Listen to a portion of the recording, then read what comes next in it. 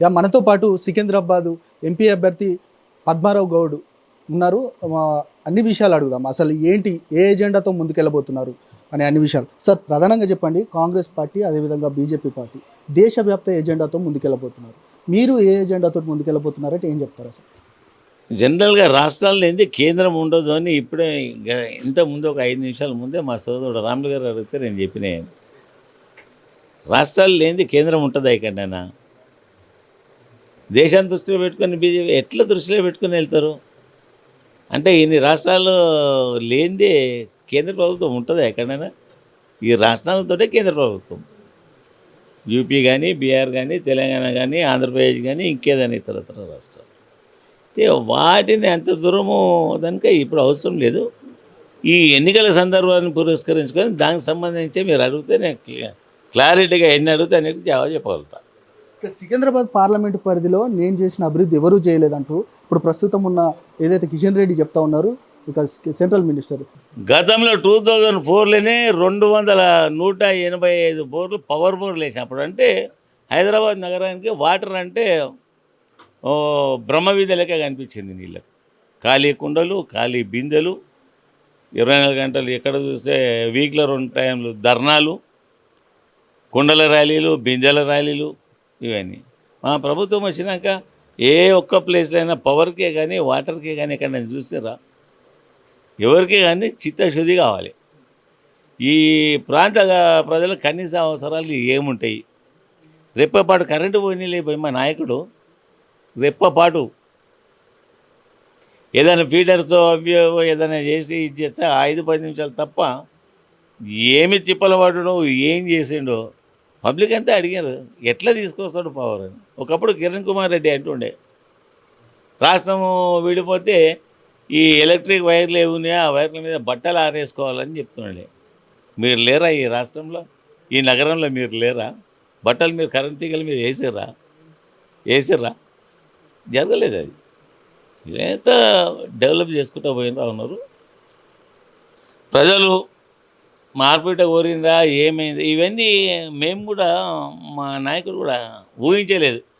లేకుంటే ఎన్నికల జమీకులలో మాకు మాటలు రావు. మేము చెప్పాలి, అబద్ధాలు చెప్పాలంటే ఎన్ని వాగ్దానాలు చేయగలుగుతుంటే మేము చెప్పలే. ఉండేదే వాస్తవంగా ప్రాక్టికల్గా ఇంప్లిమెంట్ చేసుకుంటూ పోయినాం.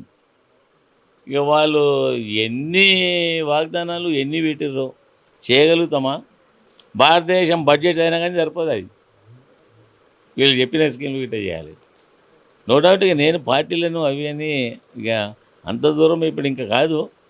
ఎన్నికలు అయితే ఇప్పుడు నిన్న ప్రకటన జరిగింది అభ్యర్థులది. అన్నీ ఇప్పుడే అడిగితే కాదు, సమయం చాలా ఉంది. రోజు మేము కూడా మీడియా మిత్రులు మీరంతా కలుస్తూ ఉంటారు. అంచెలంచెలుగా సబ్జెక్ట్ ఏందో చెప్తా ఉంటాం. సార్, మీ సహచర ఎమ్మెల్యే మొన్నటి వరకు ఉన్న దానన్న నాగేందర్ ఇక మీకు ప్రత్యర్థిగా అవుతున్నారు. దీన్ని ఎట్లా చూస్తారు? ఆ ప్రాంత ప్రజలు చెప్తారు కదా రిజల్ట్ ఏందో. ఆయన ఇప్పటికీ చూస్తూ ఉన్నారు. ఇప్పుడు ఎందుకు నేను ఇప్పుడు చెప్పడం, ఇంకా టైం చాలా ఉన్నది అని చెప్తా ఉన్నా కదా. దాదాపు దగ్గర దగ్గర 2 నెలలు ఉంది. నిన్న మేము మీటింగ్లో ఉన్నాము. కొన్ని గంటల పాటు, అంటే అందరి ఎమ్మెల్యేస్ వీళ్ళంతా లోకల్ నాయకత్వాన్ని ఒపీనియన్ తీసుకొని అనౌన్స్ చేద్దామని చేస్తే, మేము మీటింగ్లో ఉంటే ఫోన్ లైన్ సైలెన్స్గా పెడతాం.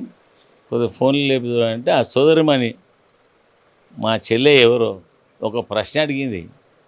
ఎవరిని అడిగి మీరు కాంగ్రెస్ పార్టీలో జాయిన్ అయ్యారు అని చెప్పేసి. అమ్మ నేను మీటింగ్ పెట్టి చెప్తానే వస్తున్నది, మీరు కూడా ఇంటుండొచ్చు బహుశా. మీటింగ్ కాదండి, మేము ఓటర్స్, మేము ఓటేసిన వాళ్ళము, మేము అడుగుతున్నాము. ఎట్లా ఎవరిని అడిగి వెళ్ళినరు అని అడిగింది ఆమె. ఆమెకు చేతులు ఎత్తి నమస్కరించాలి. అంటే ఇంత అవేర్నెస్ ఉండి ఆ ఎదుటి వ్యక్తి గురించి ఆమె ఒపీనియన్ ఏందో చెప్పింది. అంతకంటే నేను ఏం చెప్పాలి ఎక్కువ? మీరు కూడా బహుశా వినుండొచ్చు, ఇప్పుడు మీ ఫోన్లో కూడా ఉండొచ్చు. ఓటేషన్లో మేము ఎవరిని అడిగి మీరు పార్టీ జెండా మార్చిండ్రు అని అడిగింది. అది రాబోయే రోజులు చెప్తుంది. ఇంకా అంటే ఇప్పుడే కదా, ఖాళీ ప్రకటనలే వచ్చింది. ఎన్నికలలో తెలంగాణ రాష్ట్రానికి మేము మా ముఖ్యమంత్రిగా డెవలప్మెంట్ చేసింది అది డే బై డే అన్నీ చెప్తాము. ఇంకా 60 రోజులు, దాదాపు దగ్గర దగ్గర 60 రోజుల టైం ఉంది. ఈ 60 రోజులు చెప్తాం. మొత్తం ఇప్పుడే అడిగితే మళ్ళీ రేపు ఎన్నికలు ఉన్నాక రేపు అడుగుతామంటే రేపు ఏం చెప్పాలి? ఇంకో 1 వీక్ తర్వాత అడిగితే ఏం చెప్పాలి? ఇట్లా కాదు.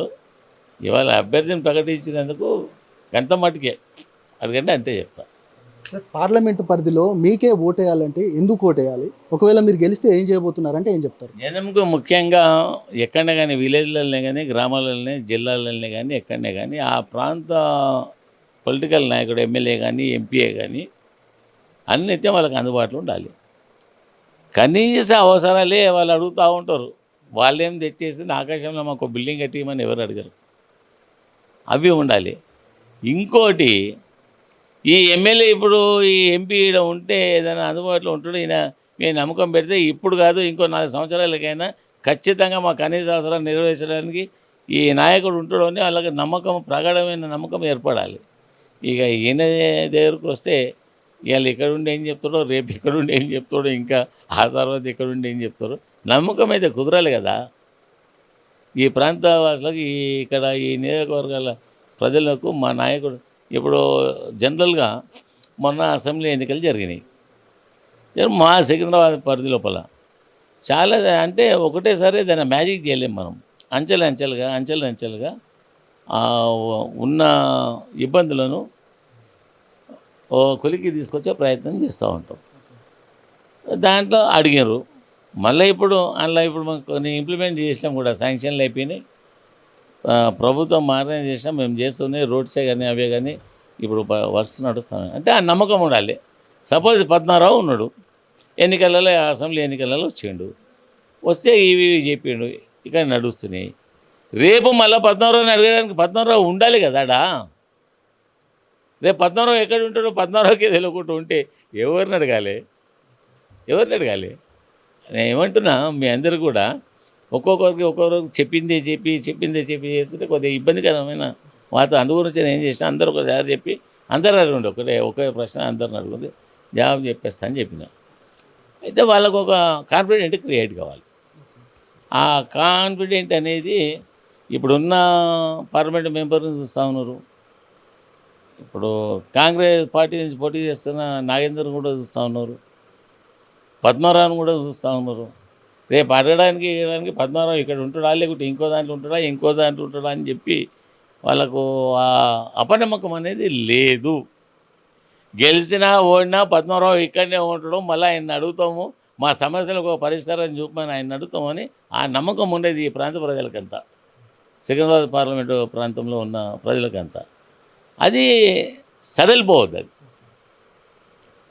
ఇక పద్మారావు ఇయ్యాలి కూడా ఉన్నాడు, రేపు బీజేపీలో పోతాడు, ఇంకో ఎన్నికలు వచ్చారు కల్లా కాంగ్రెస్లో పోతాడు, ఆ తర్వాత ఇంకో ఎన్నికలు వచ్చిన తర్వాత ఇంకో రాజకీయ పార్టీ అందులోకి పోతాడు.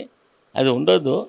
మేము ఇక మీరు అడుగుతూ ఉన్నారు, ఆయన్నే మీరు నాకు అడగకుర్రి, ఇంకో పార్లమెంట్ అభ్యర్థి ఉన్నారు, ఆయన గురించి అడిగితేనే బాగుంటుంది అనిపిస్తుంది. బహుశా మీరంతా వస్తారు. దానం నాగేందర్ మీ అందరికీ చెప్తా ఉన్నాం, మళ్ళీ అది తీయకండిగా ప్లీజ్, దయచేసి. 3rd ప్లేస్లో ఉంటుంది ఆయన. పోటీ అనేది మాకు కేంద్ర ప్రభుత్వానికి, ఇక్కడ రాష్ట్ర ప్రభుత్వానికి, అక్కడ కేంద్ర ప్రభుత్వం, 2 ప్రభుత్వాలను ఎదుర్కోబోతున్నాడు ఈ పద్మారావు. మా పార్టీ, మా నాయకుడు. ఇప్పుడు కనుక ప్రకటించిన పార్లమెంట్ మెంబర్లంతా రెండింటి మీద రేపటి నుండి, అంటే ఈ 2-3 రోజులు ఈ ఫెస్టివల్, హోలీ గీలి ఇవన్నీ మధ్యలో వచ్చినాయి. అవన్నీ అయిపోయాక సికింద్రాబాద్ పార్లమెంట్ మాత్రం గతంలో చూడని ఎన్నికలు ఉంటాయి ఇక్కడ.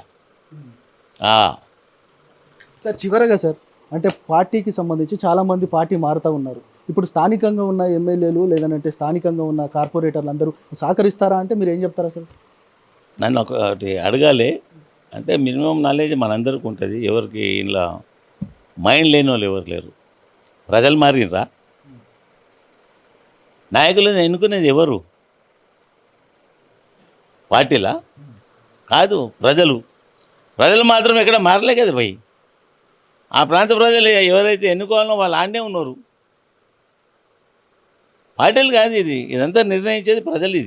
ఆ ప్రజలు మాత్రం ఆడనే ఉన్నారు కదా, వాళ్ళే నిర్ణయాన్ని తెలియదు సరిగా. వేరేం లేదు, ఖచ్చితంగా ఎలక్షన్ అవుతారు.